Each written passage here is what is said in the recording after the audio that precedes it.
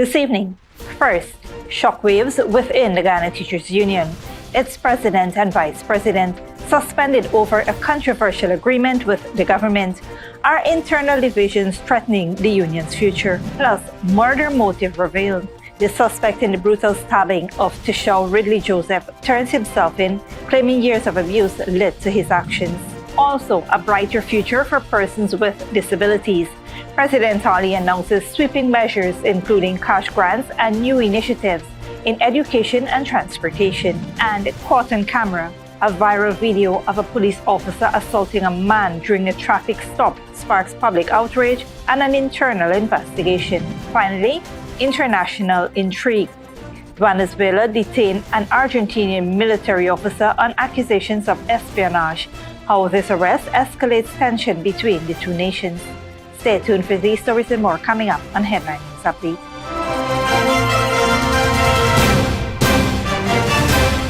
Welcome to this broadcast of Channel 2's Headline News Update for December 18th, 2024. I'm Dee Bacchus. Thank you for joining us. First up, the Ghana Teachers Union has suspended its president, Dr. Mark Light, and second vice president, Julian Cambridge, following a general council decision on Tuesday. The suspension is reportedly linked to their signing of a salary and benefits agreement with the government earlier this year.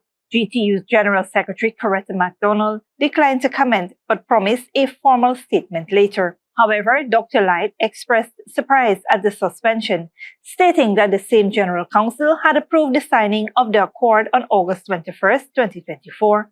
The decision to suspend Dr. Light in Cambridge was reached by a 22-8 vote, despite a prior 17-5 vote in favor of the agreement. Dr. Light suggested the move was concocted and politically motivated. MacDonald, who attended the signing ceremony at the Ministry of Education, later led a campaign against Dr. Light, accusing him of undermining teachers' interests by agreeing to terms deemed insufficient. The agreement had formally ended a period of strikes and industrial action, which MacDonald had previously acknowledged were losing momentum. Dr. Light defended the agreement, emphasizing its benefits and rejecting claims of favoritism towards the government. The suspension has fueled internal divisions within the GTU, with broader implications for its leadership and advocacy efforts. A man confessed to fatally stabbing Tishau Ridley Joseph, citing past trauma during his childhood as the motive. Malcolm Carter has more details.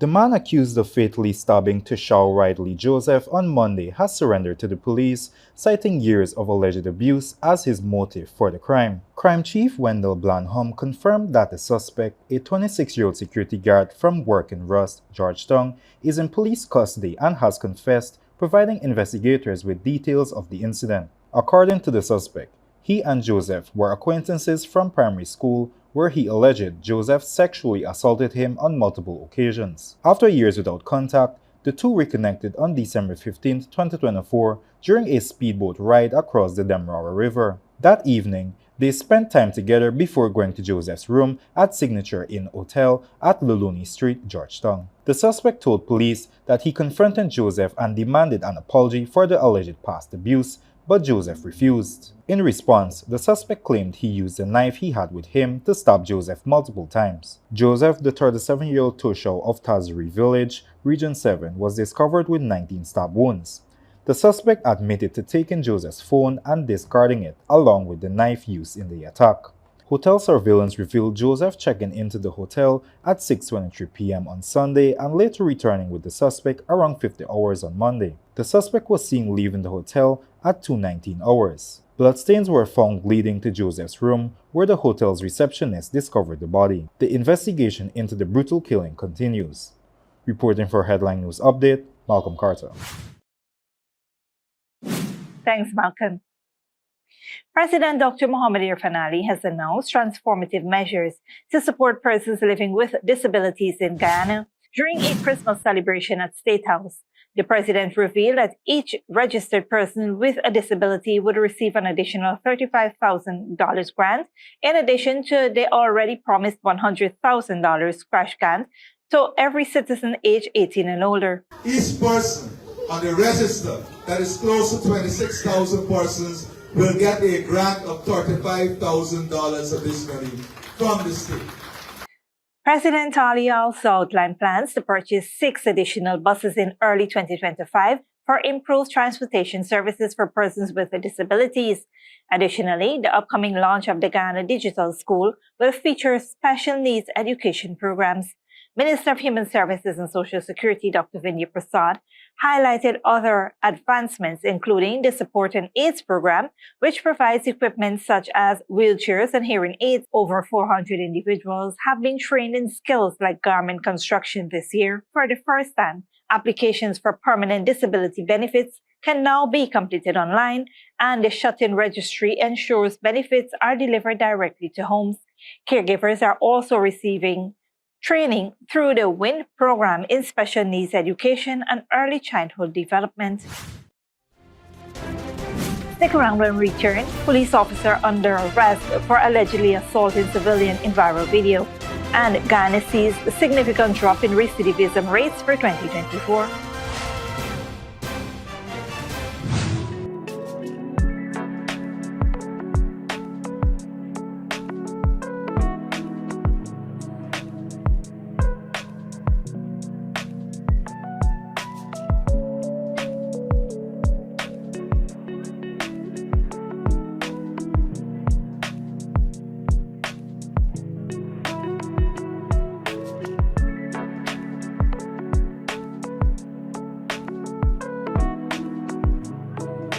It's the most wonderful time of the year, and we've got the most wonderful deals. Get the perfect gift from Digicel. Grab the Samsung A05 for just $17,900, the A25 for $37,900, or treat yourself to the S24 Ultra for only $205,000. And that's not all. Every phone comes with a free 30-day data plan. Don't wait. These holiday savings won't last forever. Visit your nearest Digicel store today. Digicel, the network for everyone, everywhere. It's Christmas at Kissoon's Furniture Store. We are fully stocked for the holidays with a wide variety of furniture to choose from store-wide. Beautiful sofas, dinette sets, rugs, pillows, foam and hybrid cooling mattresses in all sizes, beds in king, queen and single sizes, and so much more. Come on down to our mega store or our Rob Street location. Merry Christmas from Kissoon's Furniture Store.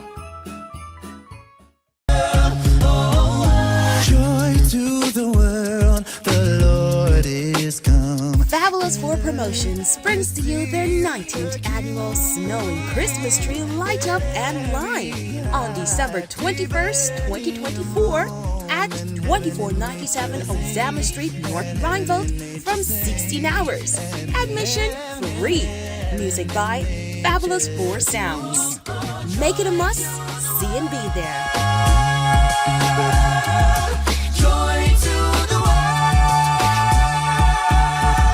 Good girl forget things.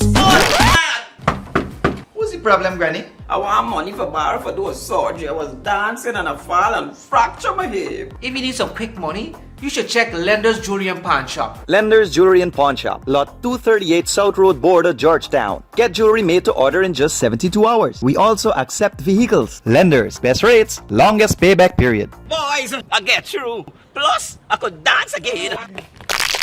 Lender's Jewelry and Pawn Shop. Hello, my fellow TikToker followers. It's Credit, and today all we will be making Chinese noodles with peppies, chow mein, chicken fritters, and spice cake. For the noodles, all these will be using peppies, black pepper, cashew, Chinese sauce, soy sauce, garlic sauce, paprika, Chinese seasoning, chow mein seasoning, five spice, and all-purpose seasoning. Next, this chicken that we marinated, soak for all you don't know nothing with peppies, green seasoning, miracle seasoning, pepper sauce, chicken seasoning, paprika, garlic powder, dark seasoning, black pepper, onion powder, and ginger powder, and document plantain flour, and then this butter we make with this quick piece powder, and we boil in high. We serve with peppies, barbecue sauce. Radhika went to the supermarket and she proper buy up enough things. She feels she alone can cook, but she routine even wrong. She shaped like a guy in a map.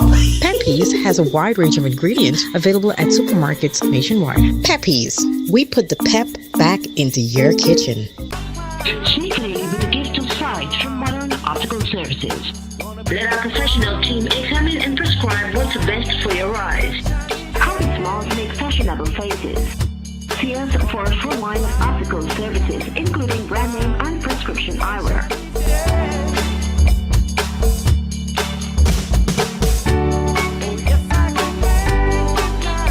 Modern Optical Services, 316 Mill Street, Georgetown. Telephone 226-1082. Welcome back.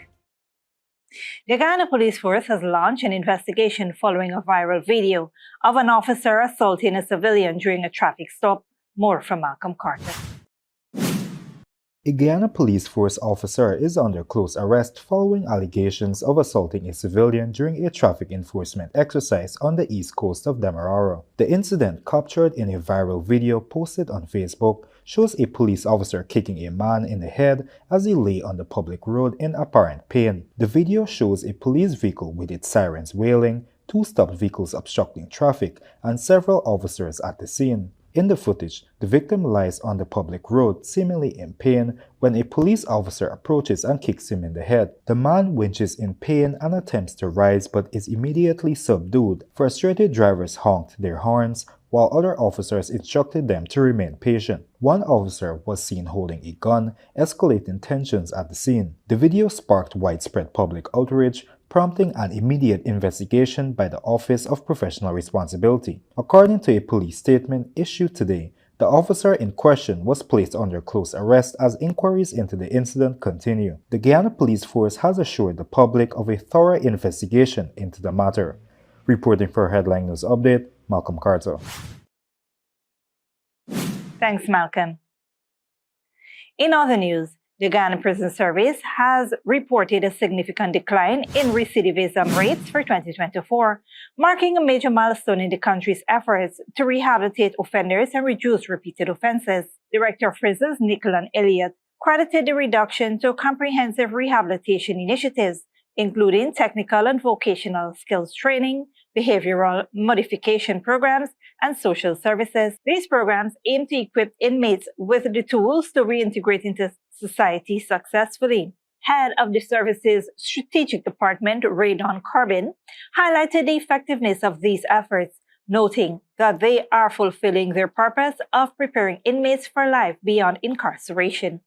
Ghana's recidivism rate stands well below the average reported by the Inter-American Development Bank for regions such as Australia, the United States, the Caribbean, and Latin America. Director Elliott attributed the success to a collaborative approach, including the Ministries of Home Affairs and Legal Affairs, along with support from the Ghana Police Force, the Customs Anti-Narcotics Unit, private sector partners, and community and family support. In 2024, more than 800 inmates benefited from training programs facilitated by internal and external trainers, while staff capacity building initiatives further strengthen the Ghana Prison Service's rehabilitation efforts. The prison service remains committed to comprehensive rehabilitation and reintegration strategies. Don't go away after the break. US-Cuba relations. 10 years since countries reached a historic deal, and Moscow explosion. Bomb kills chief of Russian nuclear protection. This Christmas, Digicel is bringing you the gift of millions. 10 lucky customers will become millionaires for Christmas. Top up $1,000 or more for your chance to win $1 million. Turn your Christmas into a celebration of cash and cheer. 2 new millionaires every week. The countdown to Christmas millions is on. Top up $1,000 or more today for your chance to win. Digicel, the network for everyone, everywhere. It's Christmas at Kissoon's Furniture Store. We are fully stocked for the holidays with a wide variety of furniture to choose from store-wide. Beautiful sofas, dinette sets, rugs, pillows, foam and hybrid cooling mattresses in all sizes. Beds in king, queen and single sizes, and so much more. Come on down to our mega store or our Rob Street location. Merry Christmas from Kissoon's Furniture Store. Joy to the world, the Lord is come. Fabulous 4 Promotions brings to you their 19th annual Snowy Christmas Tree Light Up and Line on December 21st, 2024 at at 2497 Ozama Street, North Rhineville from 16 hours. Admission free. Music by Fabulous 4 Sounds. Make it a must. See and be there.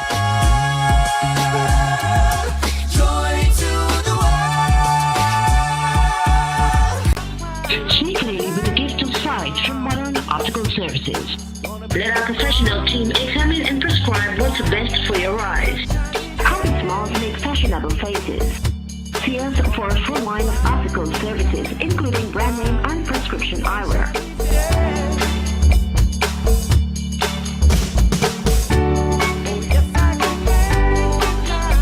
Modern Optical Services, 316 Middle Street, Georgetown. Telephone 226-1082. Good girl forget things.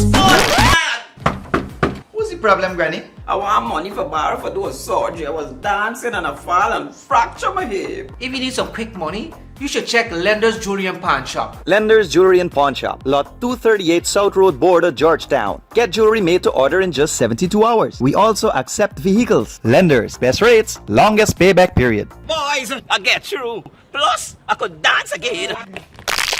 Lender's Jewelry and Pawn Shop. Hello, my fellow TikToker followers. He is Credit, and today all we will be making Chinese noodles with peppies, chow mein, chicken fritters, and spice cake. For the noodles, all of these will be using peppies, black pepper, cashew, Chinese sauce, soy sauce, garlic sauce, paprika, Chinese seasoning, chow mein seasoning, white spice, and all-purpose seasoning. Next, this chicken that we marinated, soak for all you wanna know nothing with peppies, green seasoning, miracle seasoning, Pepper sauce, chicken seasoning, paprika, garlic powder, jerk seasoning, black pepper, onion powder, and ginger powder, and document plantain flour, and then this butter we make with this quick piece powder, and we boil in high. We serve with peppies, barbecue sauce. Radhika went to the supermarket and she proper buy up enough things. She feels she alone can cook, but she routine even wrong. He shaped like a guy in a map. Peppies has a wide range of ingredients available at supermarkets nationwide. Peppies, we put the pep back into your kitchen.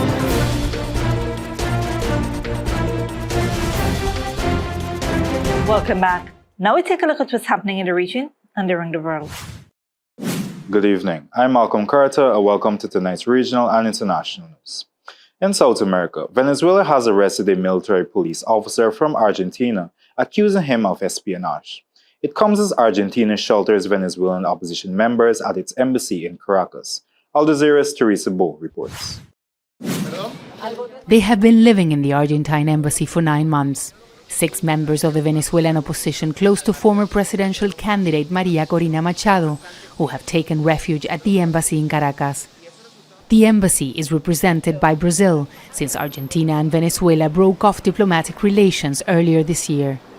Aquí no entra nadie. At a weekend news conference, they claimed they're under siege. Hemos podido observar.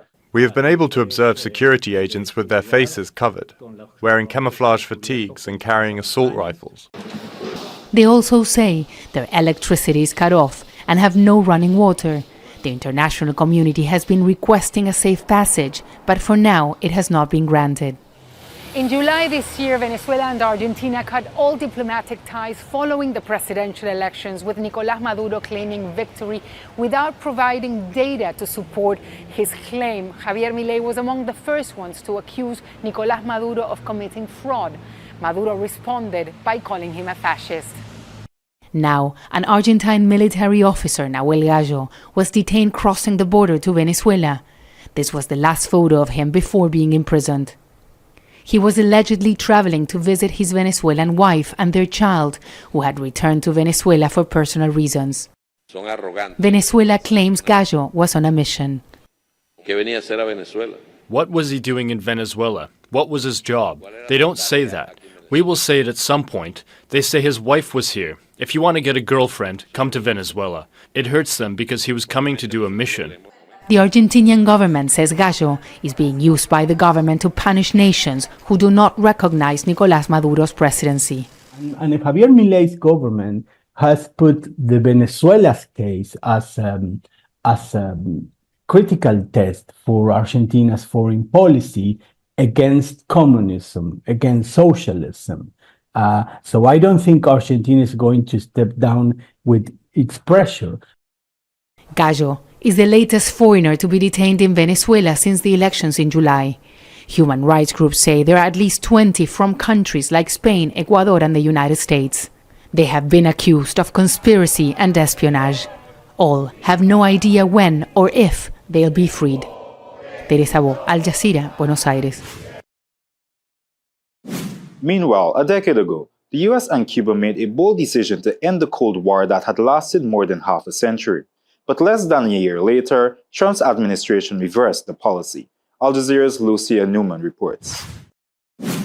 On December 18, 2014, former U.S. President Barack Obama and Cuban President Raúl Castro surprised the world with an unexpected announcement. I've instructed Secretary Kerry to immediately begin discussions with Cuba to reestablish diplomatic relations that have been severed since January of 1961. The decision aimed to bury more than 50 years of Cold War hostilities. Hostilities that at one point brought the world to the brink of a nuclear war. On both sides of the Florida Straits, it was hailed as an historic foreign policy achievement between longtime enemies. Obama proved that wasn't the case, and that needn't be the case, and that U.S. interests and Cuban interests could be advanced by a positive engagement rather than perpetual antagonism. Travel restrictions were eased, boosting tourism and creating new opportunities for Cuban entrepreneurs. I thought it was a long time coming, and I'm glad to see Obama has finally opened up the gates. Obama became the first sitting U.S. president to visit the communist-led island. I would love to embrace him. There are so many things we have to change, but without interference. But the euphoria was short-lived. Less than a year later, President Donald Trump took office, rescinding and reversing the new Cuba policy. And President Joe Biden did almost nothing to restore it. Today, Cuba's economy has collapsed, as has bilateral cooperation in counter-narcotics, counter-terrorism, and undocumented migration, which has reached record numbers. Many question whether this serves the interests of either country. But as Donald Trump prepares to take office again, any hope that the bridge can be rebuilt is all but gone. Lucia Newman, Al Jazeera. Internationally, Ukraine's security service says it was behind the killing of a high-ranking Russian general in Moscow, Igor Kirillov, who was in charge of Russia's nuclear, chemical, and biological defense, was killed by a bomb hidden in an electrical scooter. He is the most senior Russian officer killed in the war with Ukraine. Al Jazeera's Yulia Shapovalova reports. Early in the morning, a powerful blast shakes a quiet Moscow neighborhood, shattering windows in nearby buildings. There was some kind of a bang. We were half asleep, didn't understand anything. There was no fire. 15 minutes later, special services began to gather. Ambulances, fire departments, emergency services. There was a strong shudder, like a tower crane had fallen. For some reason, the blast wave broke the inner glass in my window. The firefighters arrived first because the fire alarm went off. The attack killed 54-year-old Lieutenant General Igor Kirillov, head of Russia's nuclear, chemical and biological defense, and his 33-year-old assistant. Russian authorities say the bomb was hidden on the handle of an electric scooter parked near the entrance to the building. It was detonated using a radio signal or a call from a mobile phone. It's thought those behind the attack were monitoring the general remotely via a camera left in a car nearby, which is being evacuated now. The lens was pointing at the entrance to the building, wrapped in a rag to keep it hidden. The Ukrainians say Kirillov's killing was a special operation by their security services. They accused him of organizing chemical attacks on Ukrainian soil, calling him a legitimate target. The Russian authorities have described the bomb attack as terrorism, while sources close to Kirillov say that shortly before his death, the general has said he was a target for the Ukrainians after he uncovered data on biological laboratories in Ukraine and plans for toxic chemicals provocations against Russia. Yulia Shapovalova, Al Jazeera, Moscow. Thanks, Malcolm. This brings us to the end of the regional and global news coverage. Up next is the 3-day weather forecast.